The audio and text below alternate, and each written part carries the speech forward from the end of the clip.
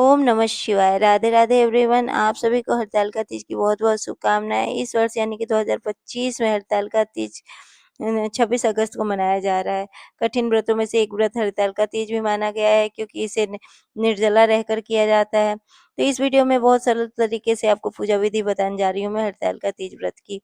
तो देखिए, सबसे पहले तो एक चौकी ले लेंगे। चौकी पे लाल रंग का वस्त्र बिछा देंगे। फूलों का आसन देते हुए आप शिव परिवार की तस्वीर को विराजमान कर दीजिए। अगर आप कलश रखना चाहते हैं तो कलश के नीचे चावल या फिर पुष्प का आसन देते हुए उसके ऊपर आप कलश को विराजमान कर दें। कलश के अंदर आप पहले जल डालेंगे, फिर गंगाजल डालेंगे, फिर लौंग, इलायची, पान, सुपारी, हल्दी, पैसे डालकर हम कलश रख देंगे और उसके कलश के ऊपर में हम आम के पत्ते रख देंगे। उसके ऊपर किसी पात्र में आप अनाज भर कर रख दें और देसी घी का दिया जला लें। इस तरीके से कलश की स्थापना हो जाएगी।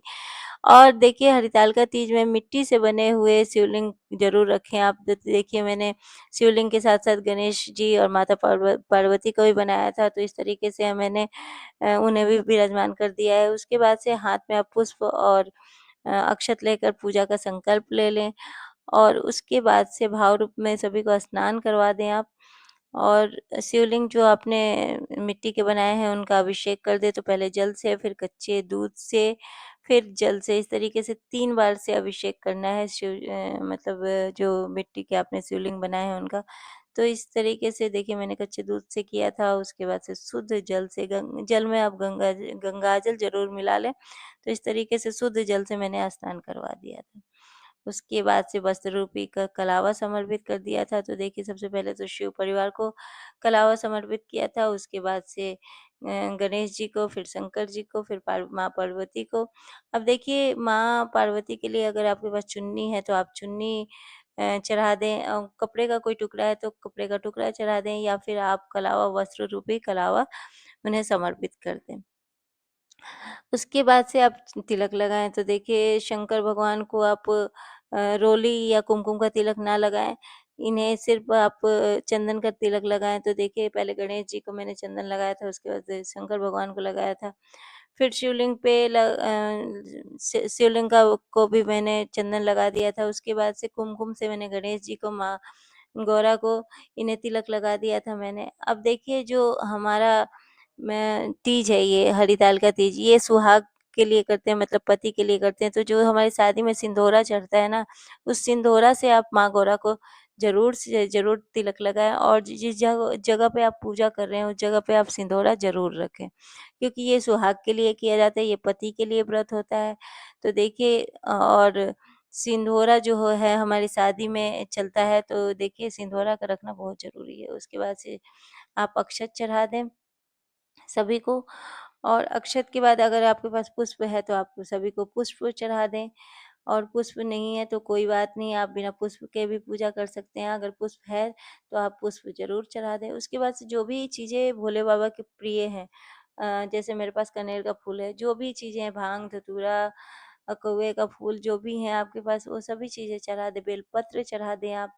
तो देखिए, मेरे पास बेलपत्र था, तो बेलपत्र चढ़ा दिया था मैंने। उसके बाद माँ पार्वती के लिए आप श्रृंगार का सामान ज़रूर से ज़रूर रखें। तो देखिए, मैंने श्रृंगार का सामान भी रख दिया था। उसके बाद ये 5 फल, देखिए, फल में आप कोई सा भी ऋतु फल ले सकते हैं, लेकिन खीरा और ये भुट्टा होना बहुत ज़रूरी होता है। तो मैं बिहार से हूँ, तो मैं बिहारी तरीके से ही बता रही हूँ। तो खीरा और भुट्टा ज़रूर होता है। उसके बाद से चना, भींगे हुए चने आप रखें और आटे से बनी हुई मिठाई यानी कि खजूर। हमारे यहाँ खजूर या गुजिया ज़रूर बनता है, तो देखिए, मैंने खजूर बनाया था। और ये है चावल का, चावल के को भून के बनाया जाता है इसको। चावल की पंजीरी बोला जाता है इसको। तो ये चावल की पंजीरी ज़रूर से ज़रूर रखें, क्योंकि जब हम पारण करते हैं तो चावल की पंजीरी और काले चने से ही पारण होता है। उसके बाद से जो श्रृंगार के सामान चढ़ाएँ हैं, उसमें से आप बिंदी निकाल कर माँ गौरा को लगा दें। बाकी सामान भी आप लगा सकते हैं, वरना आप रख दें, उन्हीं के रूप, मतलब उन्हीं को समर्पित है सब कुछ। उसके बाद दान दक्षिणा चढ़ा दें।